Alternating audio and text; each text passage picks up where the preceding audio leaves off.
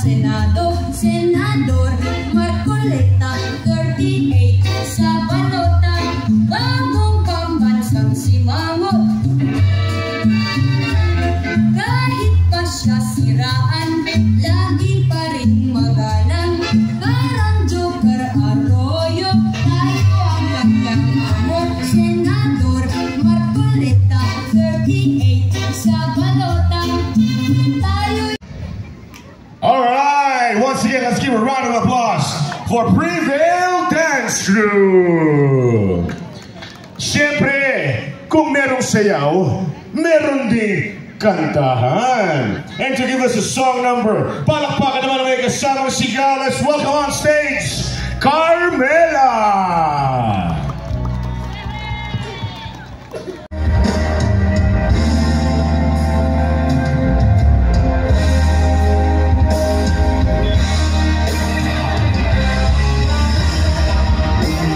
Totoo yan. May mga pabida dyan.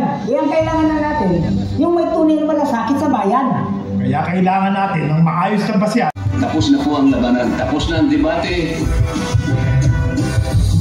Unang pagbabago, maging matalino sa pagpapasya. Meron akong kilala, pasado sa lahat ng kriteria. Marcoleta, sa tapang matalino na mumuna. Marcoleta, kakampiyan kasangga ng masa. Marcoleta, simulan na ng bagong pag-asa. Gamitin Marcoleta sa mga pasaway. Nandito na si Marcoleta.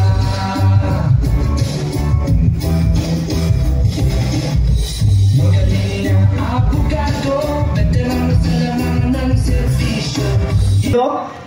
And my first song, malapit na po silang dumating. Nakikita po natin, papasok na po sila. Salubungin natin ang masigabong palakpakan, mga kababayan!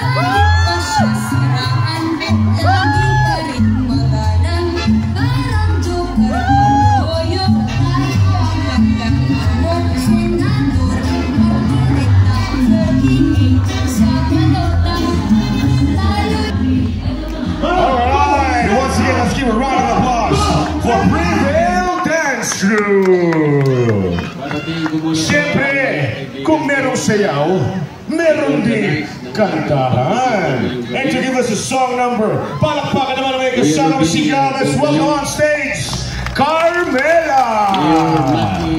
Buong galing.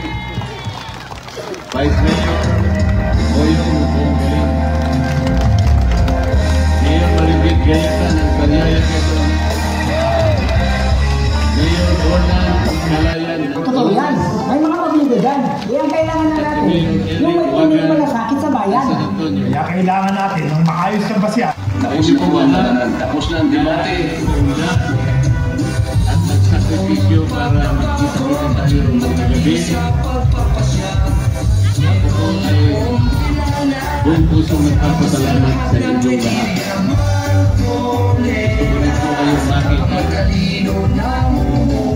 Ngayon lang po ako nag-ating sa Candelaria ng mga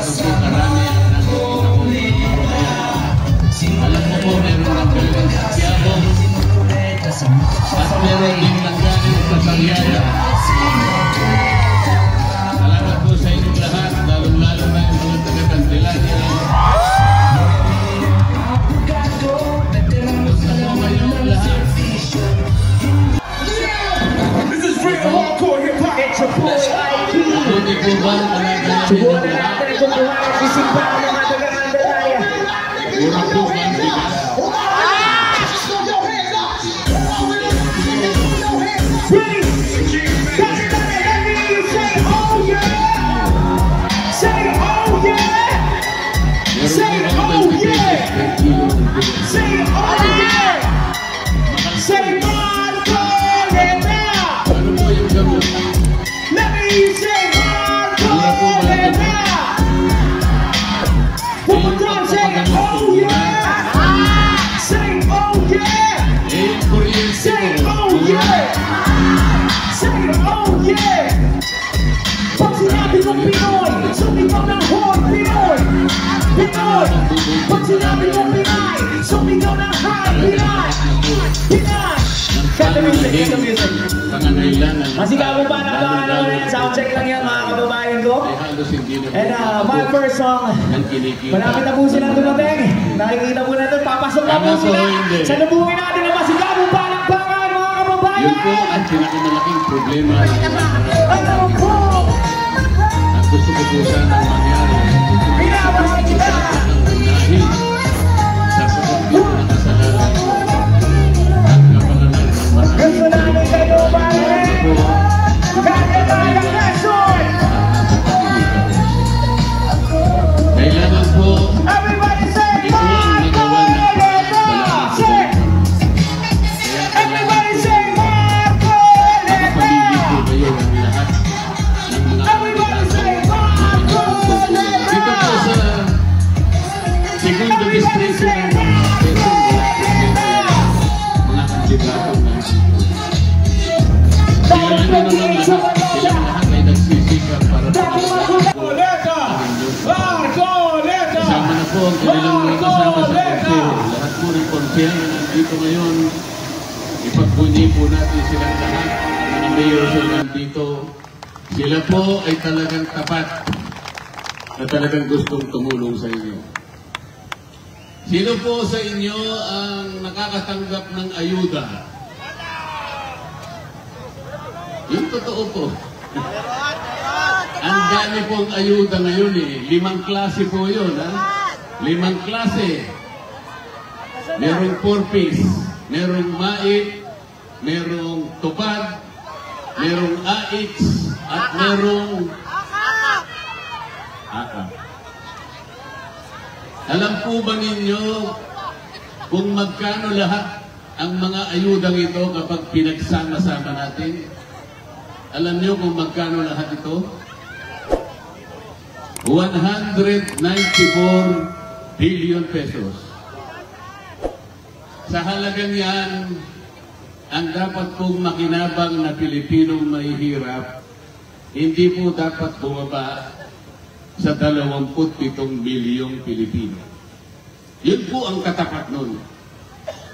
Kaya po naka-invento ng 5 ayuda para tulungan po yung ganun karaming Pilipino na nasa kalagayan naghihigahos. Pero hindi po lahat nabibigyan. Ang nabibigyan po yung mga kakilala lang nila.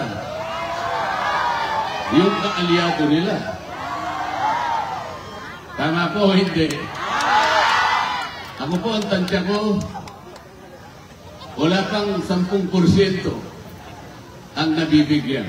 Ibig sabihin, kung 27 million Filipinos, siguro, kulang-kulang sa 3 million lang ang nabibigyan. Ibig sabihin, hindi po lahat talaga nabibigyan.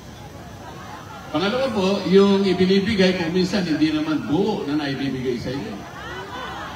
Halimbawa, yung AX. Yung AX po, 3,000 yun. Andun kayo sa lahat sa palistahan, pirma kayo. 3,000 ang inyong tatanggapin. Pagka binigay, 500 pesos na. O kaya, 1,000 pesos. 2,000. Basta may kulang lang. Eh sabi ko, pagka ganito, yung ayuda, parang pamumuliti ka lang. Parang paligayahin lang kayo sa loob ng isang araw. Hindi po yun ang serbisyo na inaasahan ninyo sa mga kumakandidato, lalo na po yung kumakandidato ang mga senador.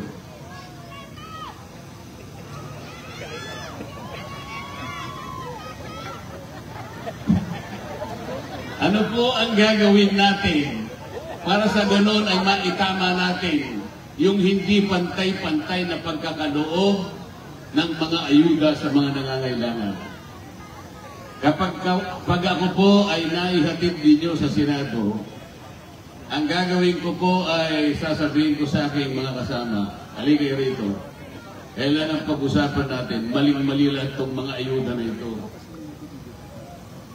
Ang gagawin po natin, lahat po ng mga pamilya na ang kanilang nakukonsumong kuryente ay 2,000 pesos pababa. Ililibre po natin lahat yun. Ngayon, halimbawa, tumututol yung mga kasama ko. O sige, gusto niyong tumutol, magdebate tayo. Sabihin niyo sa akin ano ang mas mabuting paraan kesa gusto sa aking iminumungkahi. Sige, kung mas maganda sa inyo, di sasama ako sa inyo. Ngayon, kung wala naman kayong maisip na mas maganda sa iniisip ko, huwag na kayong makipagdebate, hindi naman kayo mananalo. Kasi po, pagka ganun ang ginawa natin, 2,000 pesos pababa. Ang mabibigyan at mabibiyayaan 27 million Pilipinos. Ibig sabihin, pantay-pantay, hindi kagaya ngayon. Wala pang 10% na bibigyan. Walang korupsyon, bakit? Eh, dire-diretso po sa inyo. Tama po? Wala pang makapagpapasikat. Kasi akala mo, sa bulsa nila nang gagaling. Hindi po totoo. Yung pera po ninyo, yung binibigay nila sa inyo. Kung sakaling mayroong nagbibigay, tanggapin po ninyo, pero huwag kayong magpapasalamat. Kasi pera po ninyo. So, tingnan po ninyo, ako, nag-iisip kung paano natin aayusin ang problema ang kinakaharap ng ating bansa. Ang unang-una po yung pangkabuhayan. 27% po ngayon ng ating mga mamamayan ang nagsasabi. Sila po, sa maraming pagkakataon, ay nakararamdam ng gutom. Involuntary hunger. Ano bang ibig sabihin? Meron pagkakataon na gusto niyang kumain, pero talagang wala sa naman. Napakahirap nun. Napakalungkot na tagpo na yun. Walang isa po sa inyo, walang isa, ang makapapayag na ang kanyang anak, ang kanyang pamilya ay tumanas kahit isa ng ganong pagkakataon. Kailangan po natin ayusin ang problema ng ating bansa. Dito po sa Quezon, isa pong lalawigan ang pinanggagalingan po ng inyong kabuhayan ay yung lupa, yung pagsasaka. Dapat talaga unahin ang pagtulong sa magsasaka. Hindi po pwedeng yung sasabihin nila, magbebenta kami ng 20 pesos sa Visayas. Hindi po totoo. Ano namang klase ng bigas ang mabibenta mo ng 20 pesos? Makakain kaya yun? May pagpapatuloy mo yun o dahil sa eleksyon lang kaya mo sinasabi na magbebenta kayo ng 20 pesos. Hindi po yun ang paraan. Kahit na po yung ayuda, hindi po yun ang paraan, hindi po yun ang sagot para ibangon mo sa kahirapan ang isang pamilyang Pilipino. Ang gusto po ng pamilyang Pilipino, dahil medyangal sila, ilatag mo yung mga kondisyon na maraming trabaho ang kanyang makikita. Paano po mangyayari yun kung hindi natin pauunlarin, kung hindi natin payayabungin, kung hindi natin itataas ang ating ekonomiya? Paano po mangyayari yun? Yun lamang ang paraan para magkaroon po ng maraming trabaho, makatuklas, makalikha ng maraming trabaho, dagdag na kita. Para yung kinikita po na yun ay makaabot man lang sa presyo, sa taas ng presyo ng bilihin. Sino po kaya kumakandidatong senador ang nag-iisip tungkol sa bagay na ito. Lalo na po yun sa kabila. Iniisip pa nila ito. Tingnan po ninyo, kanina tinanong ko po yung presyo ng kuryente. Meron po bang nag-iisip sa kanila na dapat ibaba natin ang presyo ng kuryente? Wala po. Walang mangingimi sabihin sa inyo sapagkat kailangan malaman nila, kahit na malaman pa nila. Sino ba sa kanilang nakakaintindi kung paano nila gagawin? Pasisiyahan na po. Malaman nila, wala na akong magagawa. Pero totoo po yung sinasabi ko. Ano po ba ang nakasulat sa batas sa kuryente na ginawa 24 na taon nang nakararaan? Ano po yung pangunahing layunin ng batas na yun? Ibigay mo, idulot mo ang serbisyo ng kuryente sa lahat ng Pilipino sa murang halaga. Yun po ang nakasulat. Murang halaga ang nakasulat. Yun po ang layunin kaya ginawa yung batas. Bakit baligtad po nangyari? Tayo na po ngayon ang pinakamataas ang singil ng kuryente sa buong Asia. Kaya wala pong gustong magnegosyo rito. Walang gustong magpagawa ng maraming pagawaan ng negosyo para sana yumabong ang ating ekonomiya. Kailangan maibaba ang presyo ng kuryente. Ang dami pong paraan na nakasulat sa batas kung paano. Tatagal lang tayo pag ikukwento ko sa inyo. Isa lang ang sasabihin ko. Bakit kasi pati ninakaw na kuryente ang nagbabayad kayo? Tayong lahat. Anong klaseng katwiran na ninakaw na kuryente tayo magbabayad? Walang gustong sumagot pagka gano'n ang tinatanong ko. Kahit sino sa mga distributors, hindi po sila makakasagot. Dahil mali po. Pero nananatili, kayo po, tayong lahat. Lahat ng kawalan sa kanila, tayo nagbabayad. Kaya hindi sila kumukuha ng pulis o gwardiya na magbabantay sa kanilang mga metro o ipinaggagalingan ng kuryente. Ang sabi nila, ba't pa ako kukuha ng bantay? Gastos lang sa amin yun. Eh, binabayaran nyo na yun, ba't pa kami kukuha ng bantay? Tama po ba yun? Hindi po tama. Ngayon, kung ayaw po ninyong ibaba ang kuryente, dahil sa kayang-kaya nyo naman bayaran, iboto po ninyo yung team na yun. Ano pa pangalan ng team nila? Ano po? Hindi nyo alam ang pangalan ng team. Alyansa ng Buti na lang, hindi nyo alam ang pangalan ng team nila. Alyansa ng Sa Mayo 12, kayo po ay gagawa ng pagdidesisyon. Naniniwala po ba kayo na nakasalalay sa inyong kamay ang susi para magbago ang buhay ng lahat ng mamamayang Pilipino? Nasa kamay po. Kasi po sa maraming panahon na pagboto ninyo, marami na pong eleksyon na bumoto kayo ng mga senador. Ang gusto nyo po kasi gumagawa ng pelikula. Tama o hindi?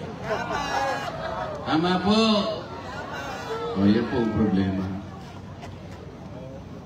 Meron po tayong kasabihan. Nasa Diyos ang awa. Nasa tao ang Mabuti na lang, hindi po nyo nakakarinig.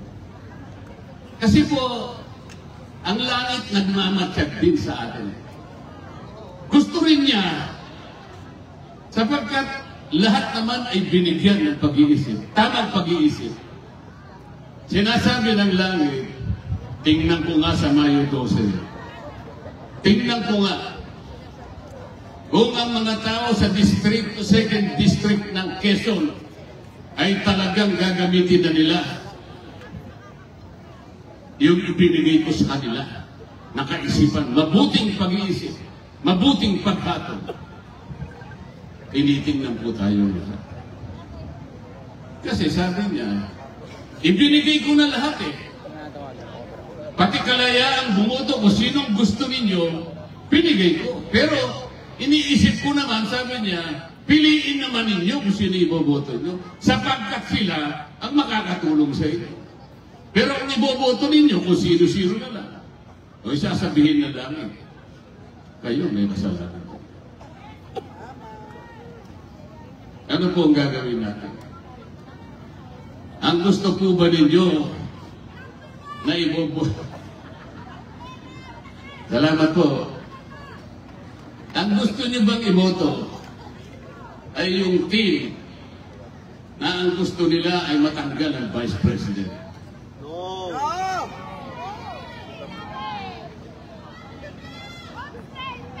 Gusto niyo bang matanggal ang Vice President? No! Ang gusto niyo bang iboto ay yung hindi kumikibo nung dakpin yung dating Pangulo ng Republika? No! Hindi po sila kumikibo. Tanungin niyo sila. Display lang. Ayaw nilang sumagot. Subukan niyo tanungin sila. Kunyari, meron pumunta sa inyo. Parang walang pumupunta rito. Puro tarpaulin ang nandiyan sa nakikita ko. Yung tarpaulin nila hindi magsasalita. Dapat sila'y humarap sa inyo. Yes. Para may tanong din nyo sa kanila, Sir, Ma'am, bakit hindi po kayo kumikibo? Para sa inyo, parang walang nangyari. Wala po bang nangyari? Marami pong nangyari. Ang dami pong mali na dapat na itama sa ating bansa. Nasa sa inyo na po. Pero dito po, nakikita ko po ang inyong kalooban. Pati puso ninyo, nababasa ko po. Nakikita ko po ang mainit na pagtanggap ninyo sa akin. Kanina pa po ako nakikiramdam habang nandun ako. Sinisilip po kayong lahat. Alam ko po, talagang tagus sa puso ang pagtanggap ninyo sa akin. Yes!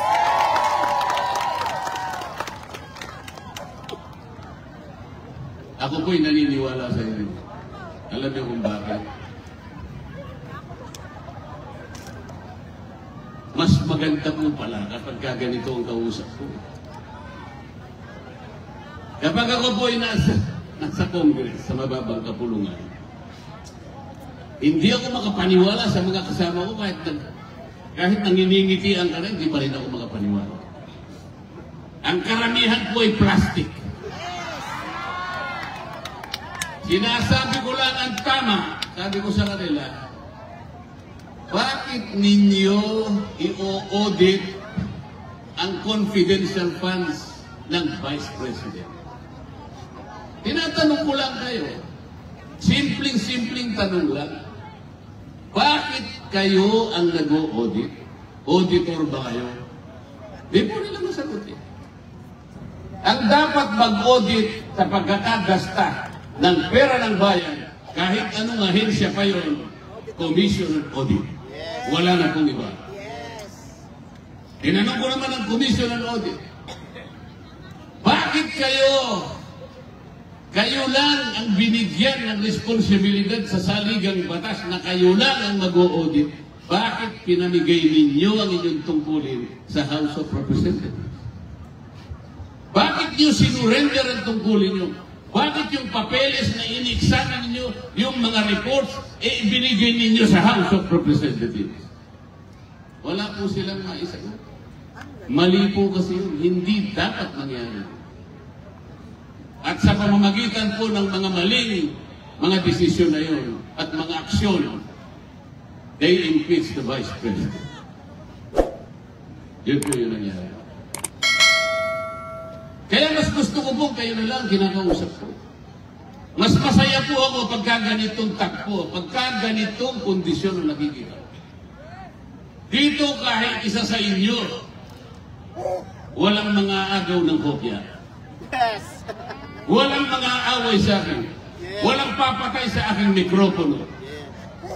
Doon po, hindi ang gulo po. Kaya ayaw ko na po sa House of Representatives. Salamat po at nagpasa kayo ngayong gabi. na ako po'y tutulungan ninyo makatawid doon sa kabilang kapulungan na kung tawagin ay Senado.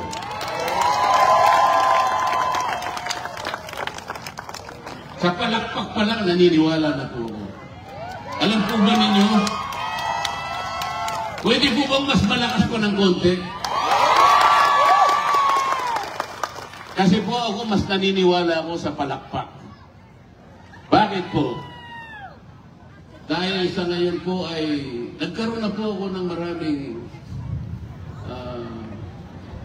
mga leksyon. Dahil sa dami po ng mga taong nakasama ko na. Katulad po ngayon dito sa Quezon. May nakilala na naman po ako.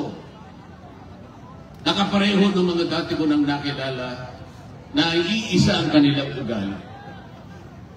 Nandito po si Kuya Luding.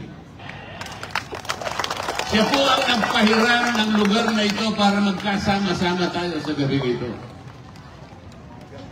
Wala po akong ibinayad sa kanya kahit na 50 tuling. Dahil po sa kanyang malinis at tapat na puso na tumulong sa akin.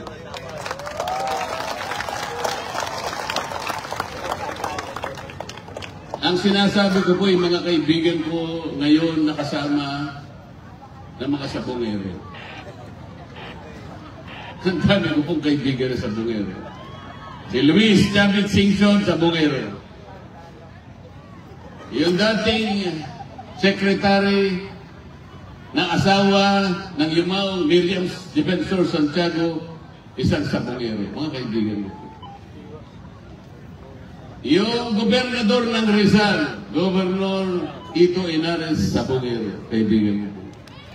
Yung gobernador ng Masbate, Sabongero de Primero, kaibigan ko.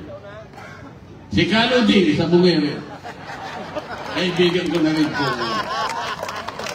Hindi ko po pinopromote ang sabong sapagkat hindi po ako marunong magsabong. Bawal po sa akin ang sabong. Sinasabi ko lamang po sa inyo sapagkat merong pag-uugali ang isang sabongero. Isang napakagandang katangian na dapat sana iyon ang taglayin ng sino mang kumakandidato at nangangakong maglilingkod sa inyo. Ano po yun? Kung ano yung sinabi niya, yun ang kanyang ginagawa. Yes.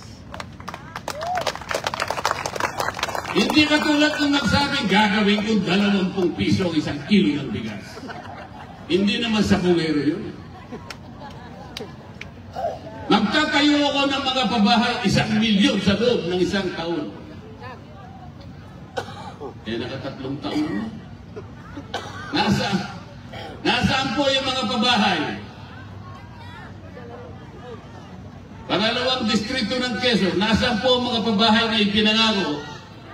Meron po.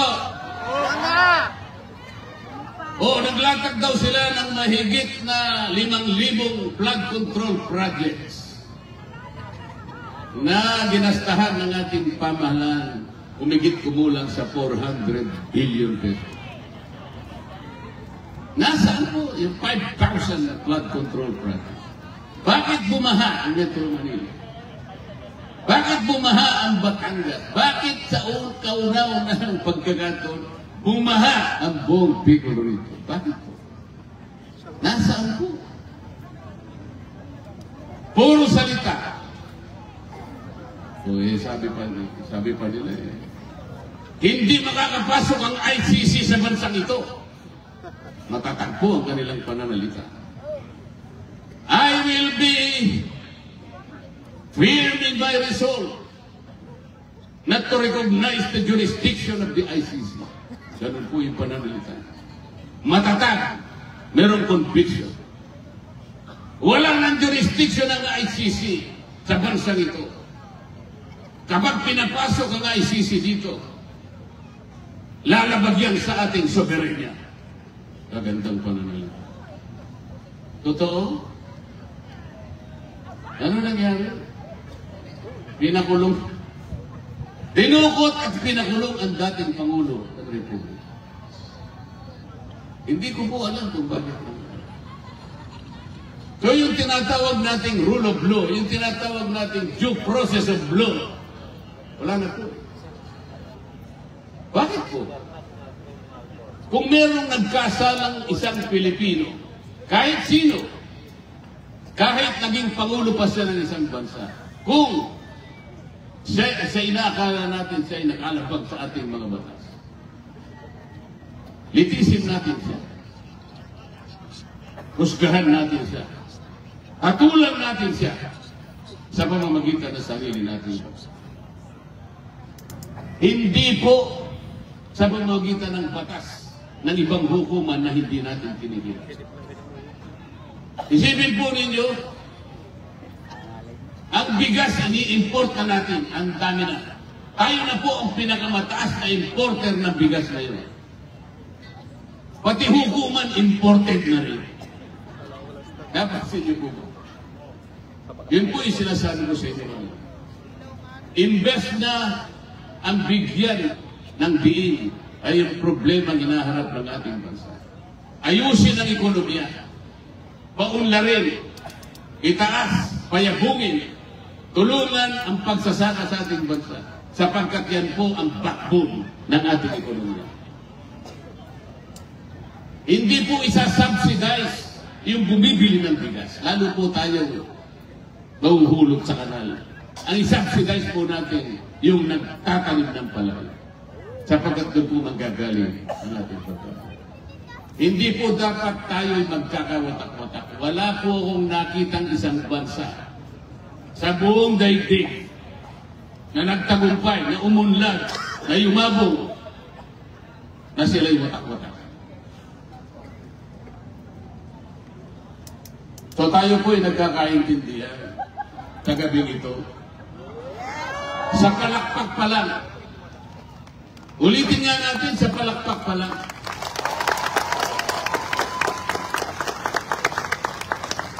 Kasi po yung sabungero, kaya ako binanggit kanina, itutuloy ko lang, sandali na lang po ito. Kunyari po, sabungan, kunwari lang naman, kunwari sabungan po ito. Sa sabungan po ba mayroong kontrata na binibirmahan? Meron po bang salitaan?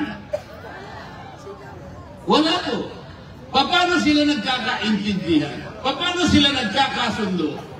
Di ba senyas lang? Ganun po.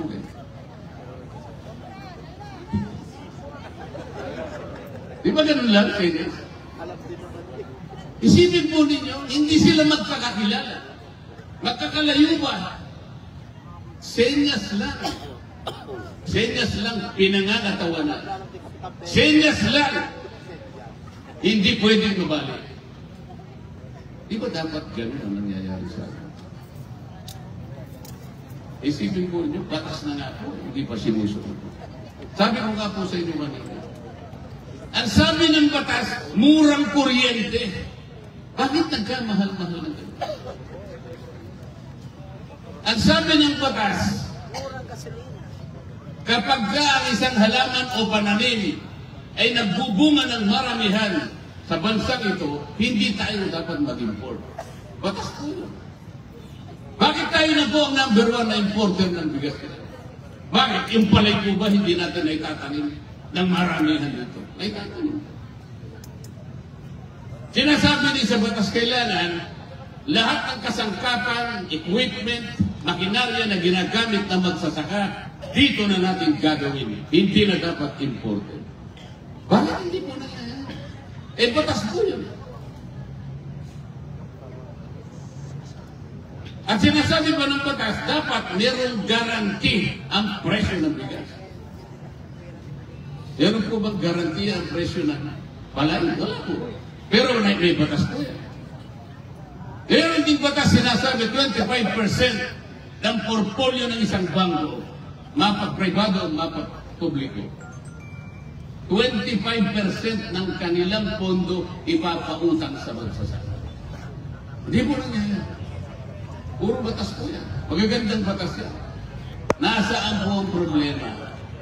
Wala pong tumitingin, wala pong nagbabantay, wala pong sumusuri, walang nagmo-monitor doon sa pagpapatupad ng batas na ginawa po para sa inyo, para sa ikabubuti ng higit na nakararami.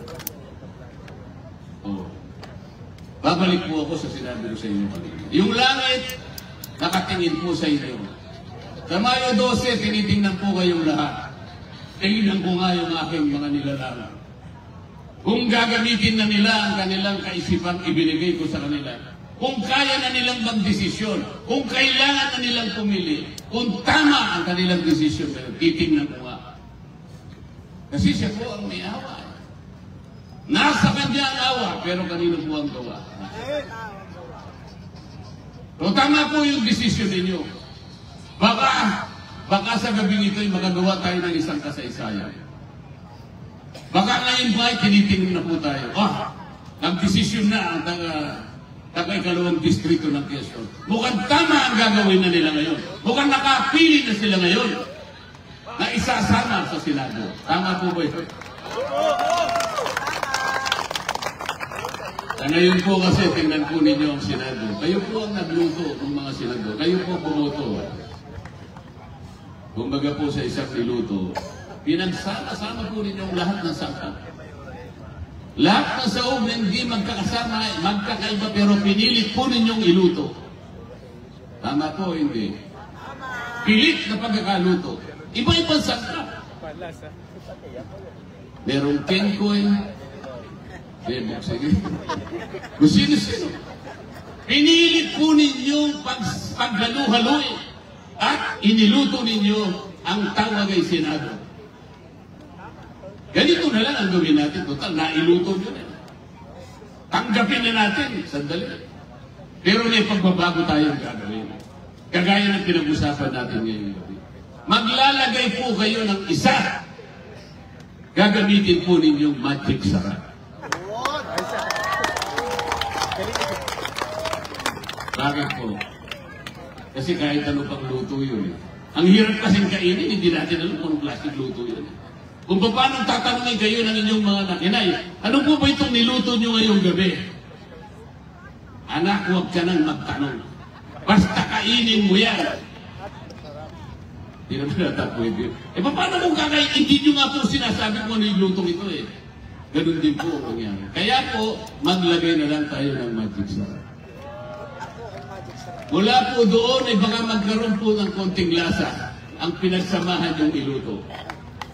At mula dyan sa lasa na yan, mga kababayan, magsisimula po siya ang pag-asa na inaasahan ng ating bansa.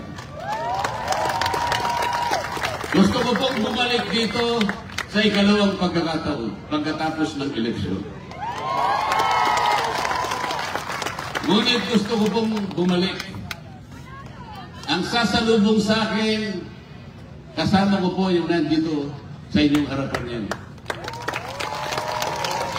At kayo po, lahat tayo, siguro mas masaya pa sapagkat pagbalik ko po rito.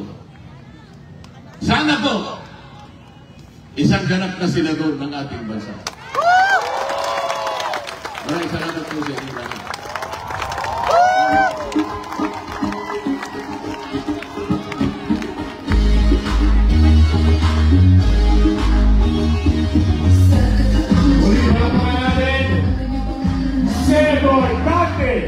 Marcoleta!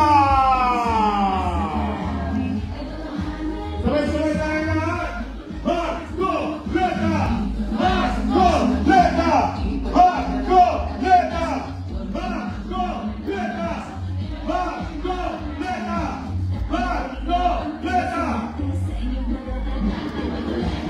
Marcoleta!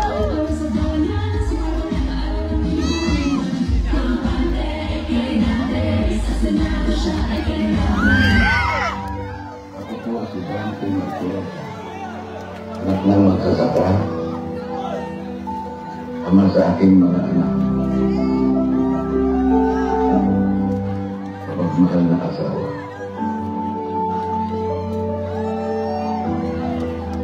Ako po si Dante Marcoleta, abogado ng mabatas, tapat na lingkod bayan. Sa mahabang panahon na paglilingkod ko sa ating bansa, nakita ko po ang kalagayan sa ating mga nag-iikahos pa rin ang marami sa ating mga kababayan.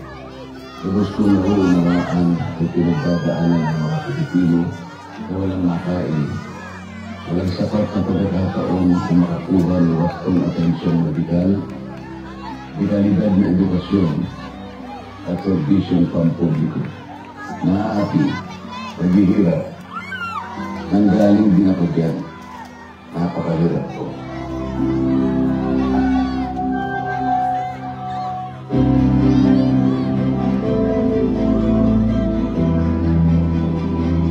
Ang pagkahain ko po ng aking kandidatura sa bilang isang independent senator, kaya nga ibayan ng aking malao na pagiging na maisulong natin ang ganap na pagkakaayos sa At naniniwala ko na matutulungan ko ang mga Pilipino.